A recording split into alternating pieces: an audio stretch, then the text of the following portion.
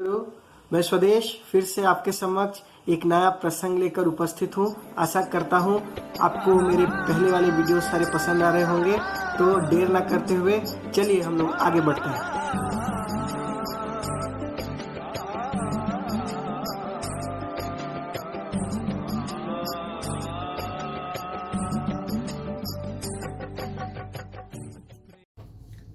जय गुरु।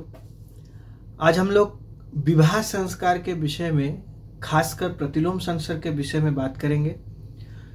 बहुधा अभी के युवा पीढ़ियों में एक कंफ्यूजन, द्वंद्व रह गया है कि अंतरजातीय विवाह को लेकर क्या यह अलाउड है, क्या यह करना चाहिए।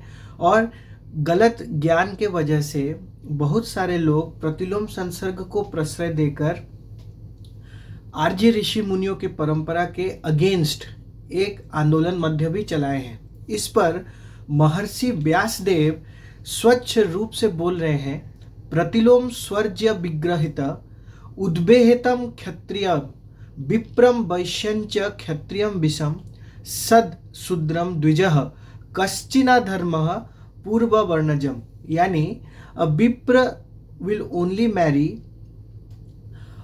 a Vipra followed by Kshatriya followed by Vaishya. A Kshatriya can marry a Vaishya and a Shudra, and a Vaishya can marry, Vaishya male can marry a Shudra. यानी जो विवाह की धारा है, पुरुष जो है अपने वर्ण या अपने से निम्न वर्ण की स्त्री से, कन्या से विवाह कर सकता है, और वाइस वर्सा ऑपोजिट फ्लो सर्वदा निषिद्ध है।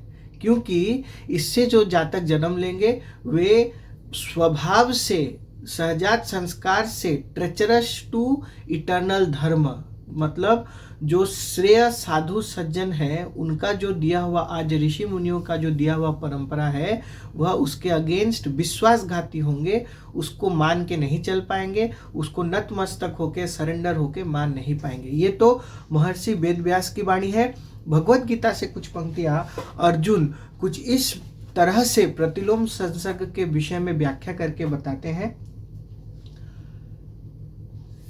कुलक्षये प्रणश्यन्ति कुलधर्मः सनातनः धर्मे नष्टे कुलम कृत्स्नम धर्मो विभवयुतः। यानी अगर अर्जुन बोलते हैं भगवान श्री कृष्ण को, मैं अगर अपने जो युद्ध क्षेत्र में खड़े हुए ताऊ दादा सबको अगर मैं युद्ध क्षेत्र में युद्ध करके परास्त करता हूँ, उन्हें मृत्यु को आलिंगन करवाता हूँ, तो इससे जो उनके कुल के धर्म का जो नाश होगा, उनके कुल में जो गार्जियन नहीं होने के कारण नारी जाति जो है वो विवश हो जाएंगी कुल धर्म को नाश करने में। और इससे क्या होगा कि कुल में जो श्राद्ध पिंड के जो कार्य हैं वे रुक से जाएंगे। उस पर फिर बोलते हैं, अधर्मा विभावतः कृष्ण प्रदुष्यन्ति कुलस्त्रियः स्त्रीषु दुष्टासु वार्ष्णेय जायते वर्ण संकर। When irreligion is prominent in the family, O Krishna, the women of the family become polluted, and from the degradation of womanhood, O descendant of Vrishni, comes unwanted progeny। यानी जो संतान नहीं चाहिए वैसे संतान उत्पन्न होंगे। संकरो नरकाएव कुलग्नानाम कुलस्य च पतंति पितरो येषाम लुप्त पिंडोदक क्रिया। यानी an increase of unwanted population certainly causes hellish life both for the family and those who destroy family tradition. The ancestors of such corrupt families fall down because the performances for offering them food and water are entirely stopped। गलत विवाह संस्कार से पिंड कर्म जो है, वो कर्म जो है उसमें बाधा विघ्न सृष्टि होता है, और इस बाधा विघ्न के वजह से जो फैमिली ट्रेडिशन नष्ट होता है और पितृ पुरुषों को फूड एंड वाटर मिलना मध्य भी बंद हो जाता है। फिर बोलते हैं, दोष रहते हैं कुलग्नानाम वर्ण संकर कारक है उत्साद्यन्ते जाति धर्मा कुल धर्माश्च शाश्वता। By the evil deeds of those who destroy family tradition, जैसे भाग के विवाह कर लिए, गलत विवाह कर लिए, माता पिता के इच्छा के विरुद्ध विवाह कर लिए, आर्य ऋषि मुनि वर्णाश्रम संस्कार के विरुद्ध विवाह कर लिए। इन्हीं इविल डीड्स के वजह से those who destroy family tradition and thus give rise to unwanted progeny, जो संतान संतति नहीं चाहिए वैसे आत्माएं उस कुल में जन्म लेती हैं, और वे आत्माएं all kinds of community projects and family welfare activities are devastated. वे डिस्ट्रक्टिव आत्माएं कोई भी कंस्ट्रक्टिव सत्ताधारी ईश्वरीय सत्ताधारी कार्य को आगे बढ़ाने में बाधा विघ्न सृष्टि करती हैं। तो फिर बोलते हैं, उत्सन्न कुल धर्माणा मनुष्याणाम जनार्दन नरके नियतम वासो भवतीच्छु सुश्रुमः। O Krishna, maintainer of the people, I have heard by disciplic succession. सोचिए, अर्जुन भी डिसाइप्लिक सक्सेशन यानी आचार्य परंपरा पर विश्वास करते हैं। सर्वश्रेष्ठ पुरुषोत्तम को, सर्वश्रेष्ठ गुरु परंपरा को जानने का एक ही मात्र, सही जो गुरु है उनको पहचानने का एक ही मात्र रास्ता है। उन्होंने डिसाइप्लिक सक्सेशन आचार्य परंपरा है कि नहीं, दिया है कि नहीं। और हम अगर भारतीय सभ्यता को देखेंगे, जितने भी सर्वश्रेष्ठ गुरु रहे हैं, चाहे वो शंकराचार्य हों, चाहे वो पुरी के शंकराचार्य ने काफ़ी मठ, भारतवर्ष में 4 मठ स्थापना किए, एक जिसमें से गोवर्धन मठ पुरी है। फिर हम देखेंगे कि चैतन्य महाप्रभु का जो डिसाइप्लिक सक्सेशन, रामकृष्ण परमहंस देव का जो डिसाइप्लिक सक्सेशन आचार्य परंपरा, और युग पुरुषोत्तम सर्वश्रेष्ठ जब पूर्ण पुरुष होकर जन्म लेते हैं, उस समय से श्री ठाकुर अनुकूल चंद्र मध्य ने भी, हमारे ठाकुर जी दयाल ने भी आचार्य परंपरा के माध्यम से डिसाइप्लिक सक्सेशन का भेद खोला है। तो अर्जुन बोलते हैं कि डिसाइप्लिक सक्सेशन यानी आचार्य परंपरा से मुझे जानने को यह मिला है कि जो फैमिली ट्रेडिशन को, वर्णाश्रम परंपरा को डिस्ट्रॉय करते हैं, वे सर्वदा नरक में ही वास करते हैं। यानी गलत विवाह करने का परिणाम यहाँ पर अर्जुन व्याख्या करते हैं। इस पर ठाकुर जी की जो विवाह विधायना की वाणी से कुछ व्याख्या मैं करूँगा, जिसका बेसिकली बंगाली में है पर उड़िया ट्रांसलेशन है। प्रतिलोम परि चरम व्यभिचार आउ किछि अछि कि ना ता संदेह, कारण ताहा परिध्वंसी रही सृष्टा। यानी प्रतिलोम जैसा चरम व्यभिचार और कुछ है कि नहीं, ये संदेह की बात है, क्योंकि ये परिध्वंस को ही सृष्टि करता है।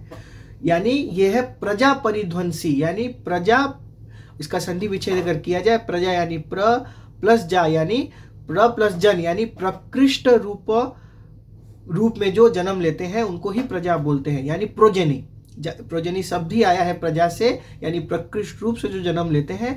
प्रतिलोम संसर्ग अगर होता है, यह सर्वश्रेष्ठ व्यभिचार है, और ये प्रजा परिध्वंसी यानी प्रोजेनी को ही ये ध्वंस के तरफ ले जाता है। और अभी के समाज में घर घर में, ऑलमोस्ट हर अल्टरनेट घर में प्रतिलोम संसर्ग घट रहा है। अगर प्रतिलोम संसर्ग को नहीं रोका गया, ठाकुर जी इस पर फिर व्याख्या करते हैं। जब पूछा गया ठाकुर जी से कि प्रतिलोम का कॉन्सिक्वेंस क्या है, ठाकुर जी बोलते हैं कि जो हम लोग हाइड्रोजन बॉम्ब का कॉन्सेप्ट, उस समय जो है ठाकुर जी जब सुशरीर थे उस समय हाइड्रोजन बॉम्ब एक थ्योरेटिकल कॉन्सेप्ट था, और हाइड्रोजन बॉम्ब को फोड़ने के लिए, उसको विस्फोट करने के लिए साथ में एक एटम बम चाहिए। हम लोग एटम बम का व्याख्या सुने हैं कहाँ पर, हिरोशिमा नागासाकी में जो बम विस्फोट हुआ था वहाँ पर।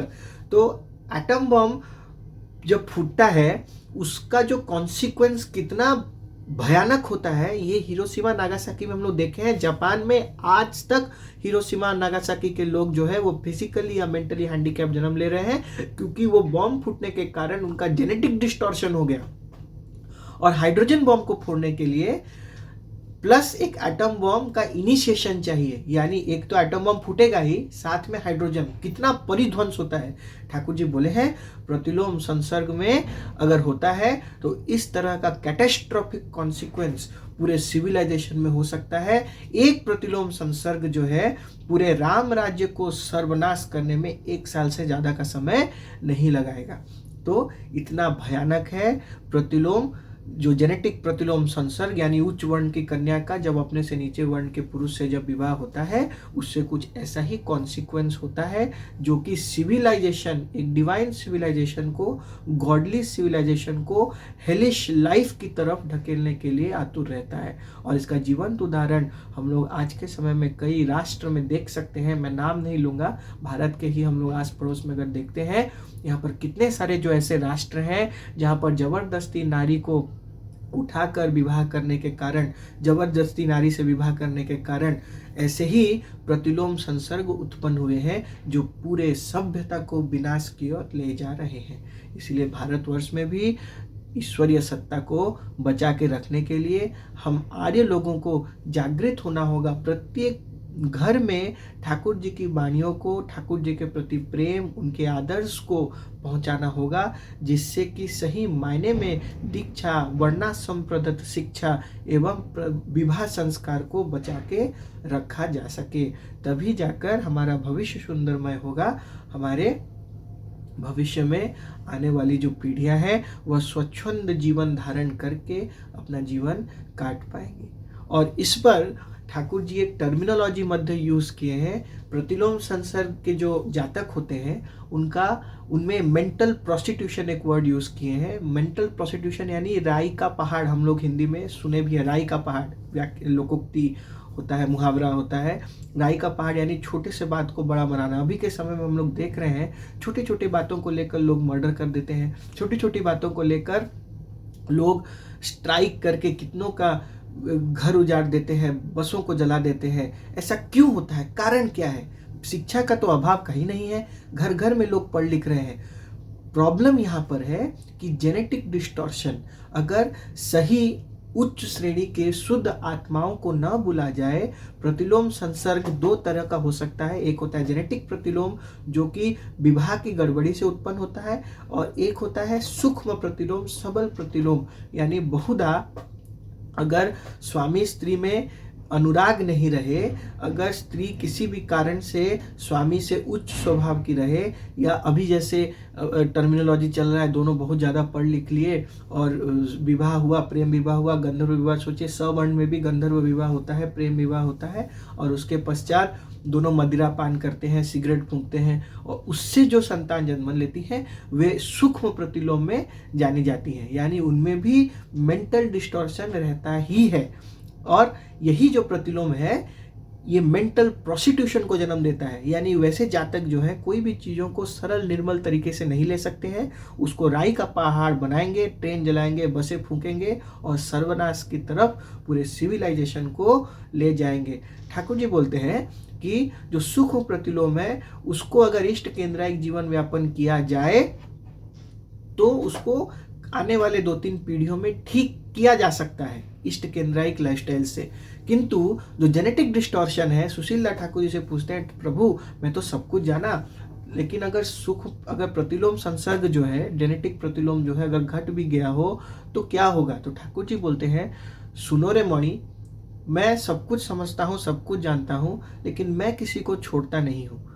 ठाकुर जी फिर भी दया मेंटेन, इतने दयालु है, प्रतिलोम संसर्ग घटने के पश्चात भी दया की रूप दृष्टि बरसाए हुए हैं। बोलते हैं मैं फिर भी दया करूंगा, किंतु टर्म्स एंड कंडीशन है, जहां पर प्रतिलोम संसर्ग घटा है वे स्वामी स्त्री ठाकुर जी को शरणापन करके अपना जीवन व्यापन करेंगे, संतान संतति को जन्म नहीं देंगे। अगर किसी भी कारण वह संतान संतति जन्म ले भी चुका है तो जीवन व्यापन, इष्ट केंद्रिक जीवन व्यापन करने से प्रतिलोम का जो परिमाप है वह खत्म तो नहीं होगा, किंतु प्रोपोर्शनेटली उसका कॉन्सिक्वेंस जो है वह कम हो जाएगा। इसलिए ध्यान से चलना होगा, विवाह संस्कार को ठीक रखना होगा, प्रतिलोम संसर्ग अपने वंश में घुसने ही नहीं देना होगा। अपने पितृ पुरुषों के प्रति एक ग्लोरिफिकेशन की भावना, मैं आर्य विप्र हूँ, मैं आर्य क्षत्रिय हूँ, कुलीन क्षत्रिय, मैं कुलीन वैश्य हूँ, या मैं प्योर रेस का प्योर रेस का ही क्यों ना हूँ,